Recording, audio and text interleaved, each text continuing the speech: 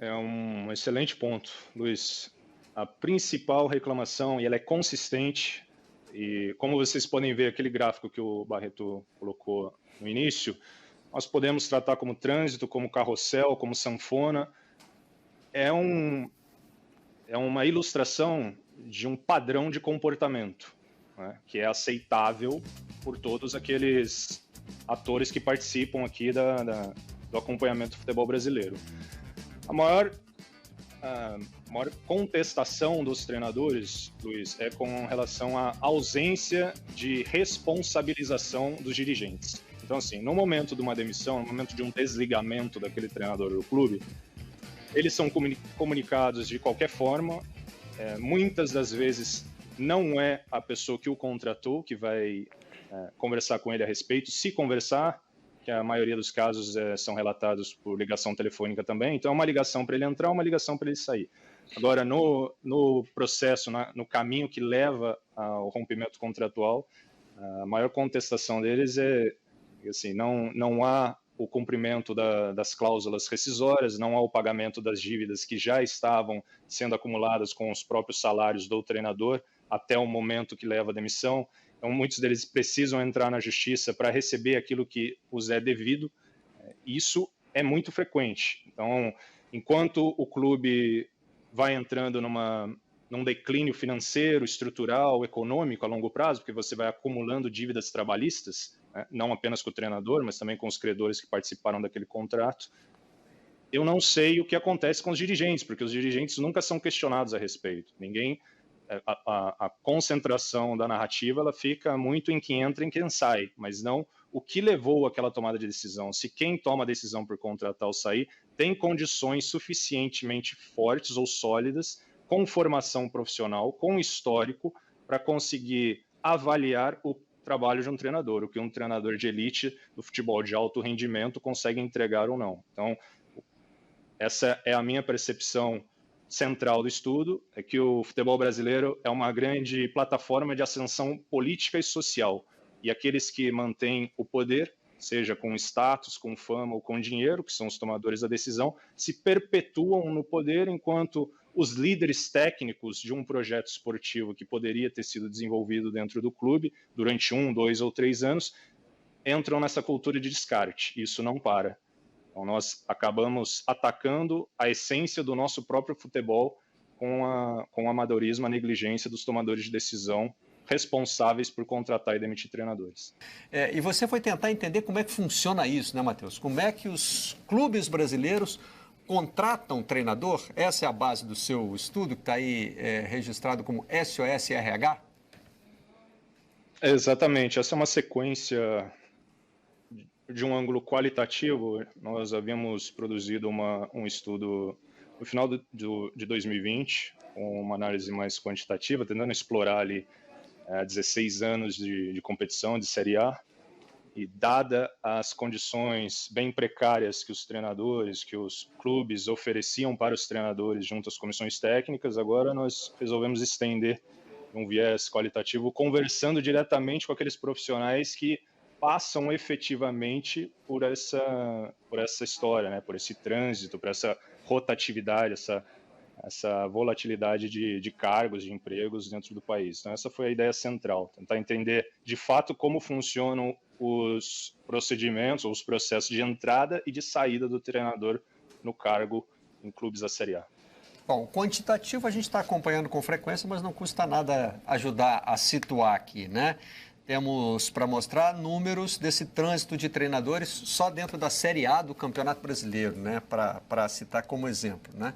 Então, o que a gente tenta identificar aí nesses números? Quantas trocas foram feitas, né, internamente, quantas... por enquanto temos aí o que já mudou esse ano. E você vê que ali na primeira rodada já são 4 trocas registradas, né? Depois tem ali terceira rodada e quarta rodada, com Abel Braga e com o Fábio Carille. Lembrando que essa página termina com a saída de um que entrou no começo. O Fábio Carille abre a página e depois fecha, né? Ele abre a página entrando e fecha a página saindo. Aí depois temos mais 5 trocas aí, né, no Campeonato Brasileiro, 2 na sexta rodada, 2 na 10ª, 1 na 13ª. Talvez vá espaçando um pouquinho mais, mas a gente nota uma constância, né?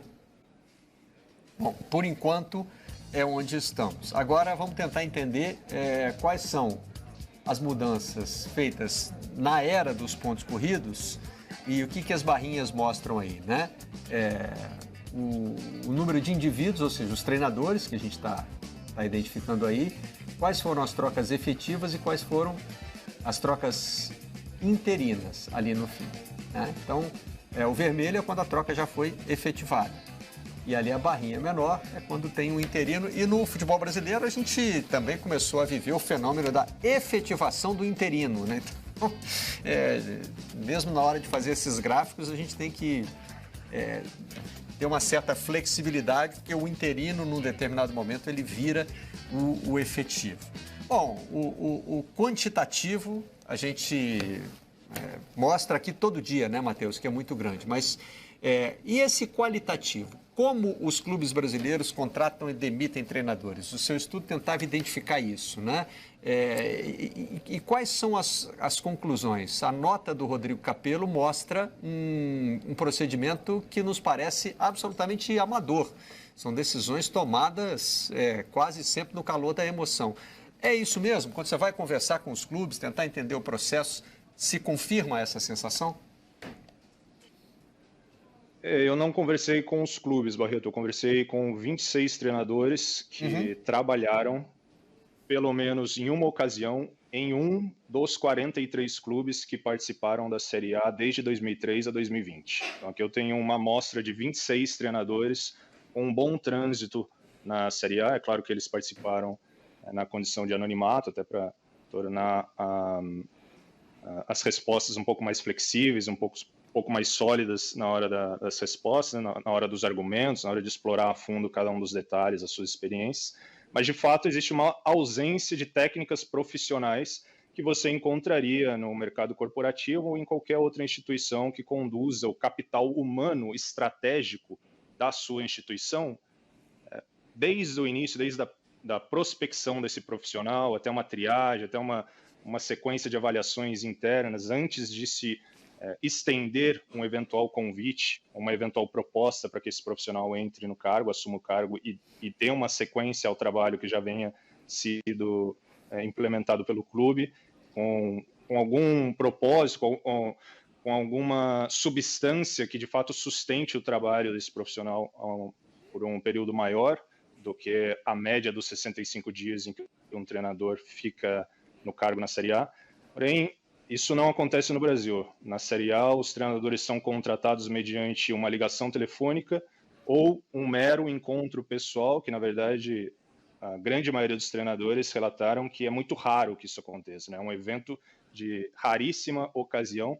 A maioria dos casos realmente é focado em um telefonema, a negociação já parte direto para a questão contratual e questão financeira, e somente após isso eles sentam para conversar com o clube, porém sem falar de planejamento esportivo, metodologia, ou o que aquele treinador pode trazer de acordo com a perícia e o conhecimento dele.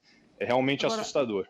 Uma curiosidade, já que você fez a pesquisa do ponto de vista dos treinadores, eles se mostram incomodados com isso ou eles já naturalizaram esse processo? Porque no futebol brasileiro, às vezes, a gente também demonstra, e eu vejo isso em vocês da imprensa, às vezes vejo nos torcedores também, até um certo preconceito com um clube que está fazendo uma busca de treinador dentro dos critérios do mercado de trabalho, né? Por exemplo, vai fazer entrevistas, vai conversar com mais de um treinador e tornar isso público. Estamos conversando aqui para ver se...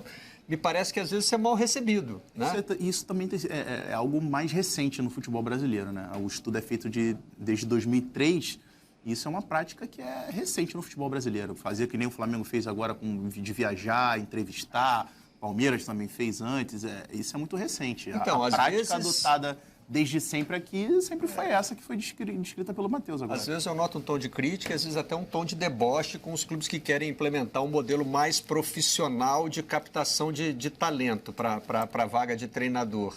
Como é que os próprios treinadores veem esse processo, Matheus? Eles gostariam que fosse de outra forma?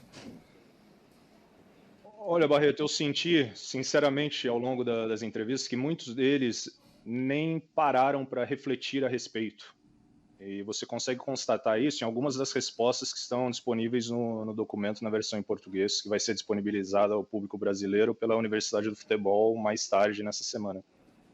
Mas, de fato, quando eles repassam as suas experiências e veem como eles aceitaram ou declinaram convites, ou até mesmo resolveram eles, por si, encerrarem os vínculos de trabalho que eles tinham com os clubes, eles percebem, pela primeira ou por poucas vezes que eles refletem a respeito, que realmente eles acabam sendo, ao mesmo tempo, vítimas, mas também coniventes com essa situação, né? Com essa rotina corriqueira dos clubes ou dos dirigentes, porque clube nenhum demite o contrato, né? Mesmo são pessoas. Então, os dirigentes, os responsáveis, os tomadores da decisão por contratar ou demitir, que deveriam ser responsabilizados por tais processos ou ausência dessas técnicas profissionais que nós esperávamos encontrar no futebol de alto rendimento da elite do Brasil e não encontramos. Mas, de fato, como você bem citou, vocês, a imprensa, existe uma parcela da imprensa, existe uma parcela dos torcedores e uma parcela dos próprios treinadores que acabam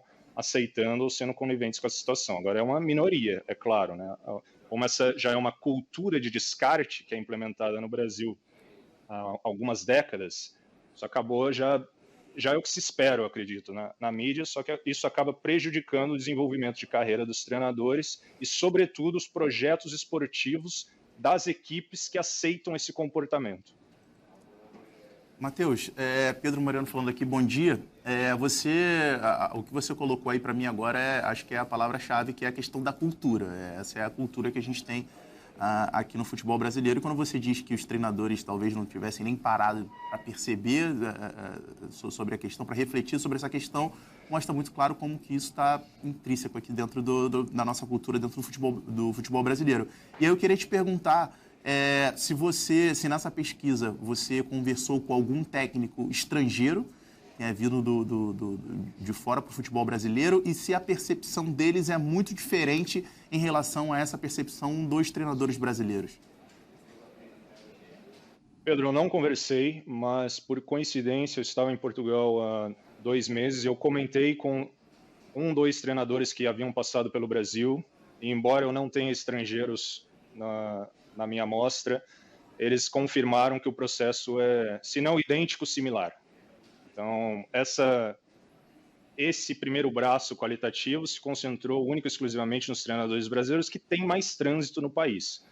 A frequência de treinadores estrangeiros aumentou no Brasil a partir de 2014. Então, nós ainda temos uma amostra muito, muito reduzida disso. E os grandes clubes que oferecem boas estruturas, bons recursos em termos de jogadores, e também um bom acompanhamento médico no departamento de saúde para conseguir passar pela densidade competitiva, acabam segurando mais os treinadores estrangeiros, é claro, mas nesse caso nós nos concentramos nos brasileiros. Agora, o que é importante sempre frisar é que assim, a ideia central do estudo passou a entender o funcionamento da entrada e da saída, ou seja, do recrutamento, o que leva ao recrutamento do treinador e o que leva ao desligamento dele, para os motivos que podem ajudar a trazê-lo ou justificar que ele entre no cargo, os motivos que possa ajudar a justificar a sua saída. Mas não basta apenas implementar processos ou práticas ou técnicas relacionadas à área de gestão de recursos humanos e depois que o treinador entra no cargo, não passar a retaguarda profissional, não passar respaldo político, enfim, não agir de modo positivo, benéfico em termos de comunicação frente à manipulação da opinião pública, que acompanha mais resultados do que o trabalho efetivo no dia a dia. Isso é um processo que ele é duradouro, né? Ele precisa, a partir do momento que o profissional entra no clube, ele também necessita de treinamento, acompanhamento, orientação para que o projeto esportivo do clube tome uma dimensão de acordo com as expectativas dos torcedores. Não é apenas copiar e colar. Agora vamos fazer entrevistas, então, para comprovar para o jornalismo que estamos fazendo e fechou, resolveu. Não é isso. Ô, Matheus, uma dúvida. Você chegou a ouvir algum tipo de reclamação desses treinadores no processo de demissão, porque geralmente o processo de demissão ele vem numa sequência de uma sondagem de outros treinadores e às vezes a gente sabe quem será o substituto antes mesmo do atual ser demitido. E eu pergunto isso até por conta da questão da cultura que a gente tem e falava no começo do programa, porque aqui, além da cultura de não termos um planejamento, a gente passa por uma questão de clubes associativos, relacionamentos interpessoais entre dirigentes e treinadores, mandatos de clubes que têm o presidencialismo como a parte estatutária, em que ficam 2, 3 anos, e aí você muda o presidente, vai mudar a gestão, vai mudar a cultura, vai mudar a forma desse trabalho. Então, você chegou a escutar esse tipo de reclamação, porque eu acho que esse ponto da cultura, mais a questão de como se gere o futebol aqui no Brasil, esbarram com a forma que alguns clubes podem tentar trazer, ou como filosofia, ou mesmo através da SAF. É um excelente ponto, Luiz.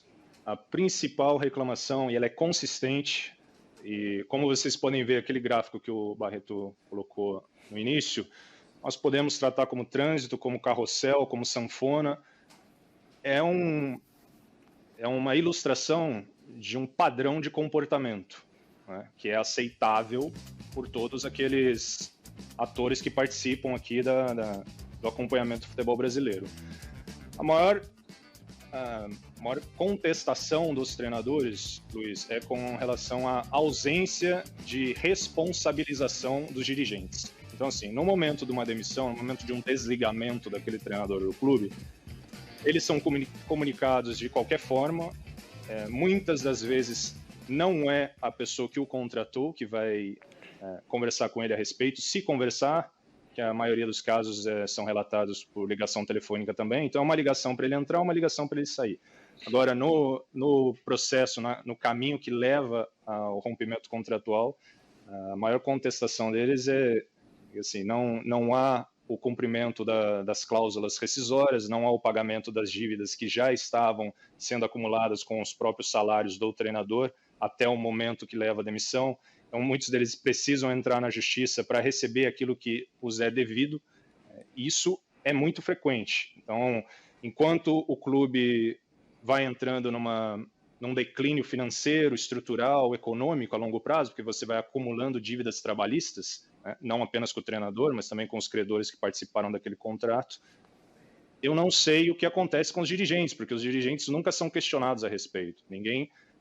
A concentração da narrativa ela fica muito em quem entra e em quem sai, mas não o que levou àquela tomada de decisão. Se quem toma a decisão por contratar ou sair tem condições suficientemente fortes ou sólidas, com formação profissional, com histórico, para conseguir avaliar o trabalho de um treinador, o que um treinador de elite do futebol de alto rendimento consegue entregar ou não. Então, essa é a minha percepção central do estudo, é que o futebol brasileiro é uma grande plataforma de ascensão política e social, e aqueles que mantêm o poder, seja com status, com fama ou com dinheiro, que são os tomadores da decisão, se perpetuam no poder, enquanto os líderes técnicos de um projeto esportivo que poderia ter sido desenvolvido dentro do clube durante 1, 2 ou 3 anos, entram nessa cultura de descarte. Isso não para.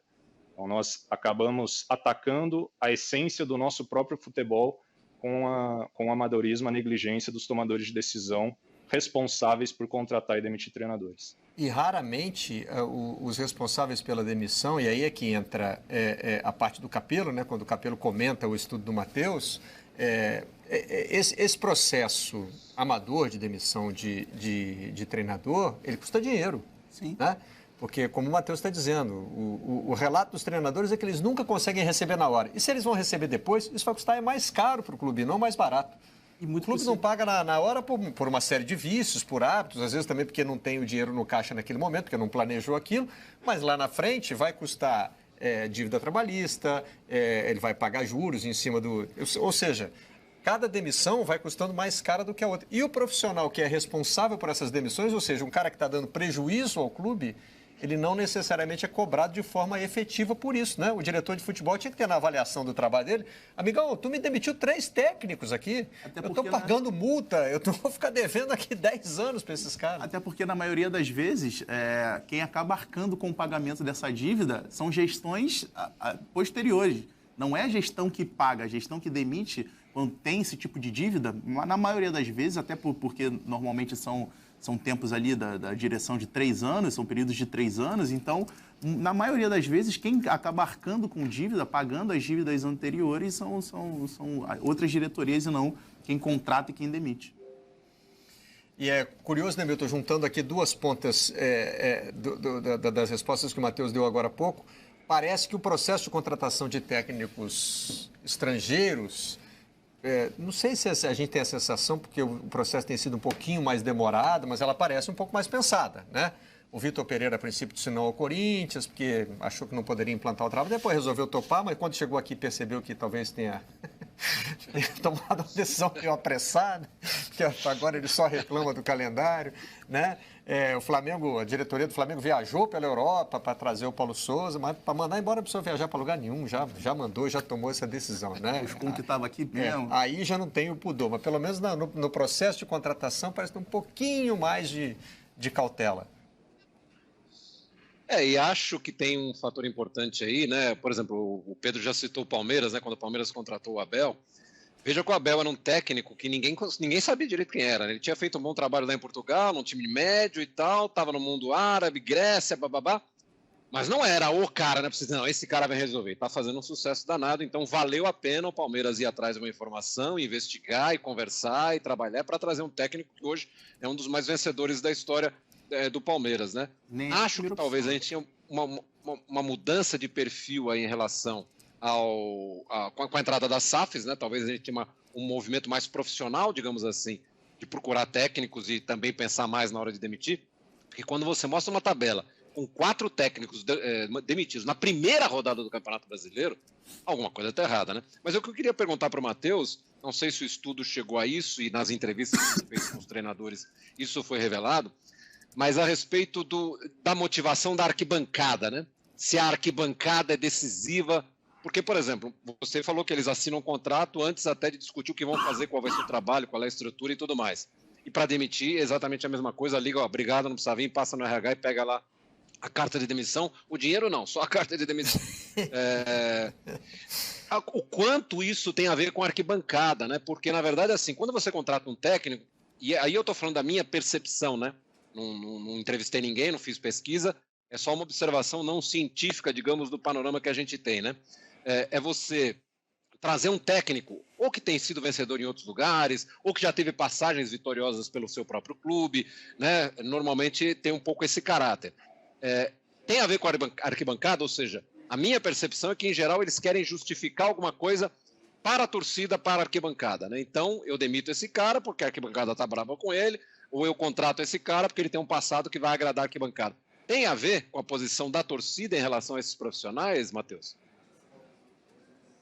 Bom, Milton, você acompanha o futebol brasileiro muito mais do que eu, há muito mais tempo, com muito mais proximidade, então você sabe que sim, tem a ver. O que eu fiz, na verdade, aqui não é nada novo, eu só transportei da prática para a teoria, só estruturei um estudo acadêmico de acordo com a realidade do futebol brasileiro. Então, todas as colocações que vocês estão inserindo na mesa, na verdade, fazem parte, sim, do conteúdo.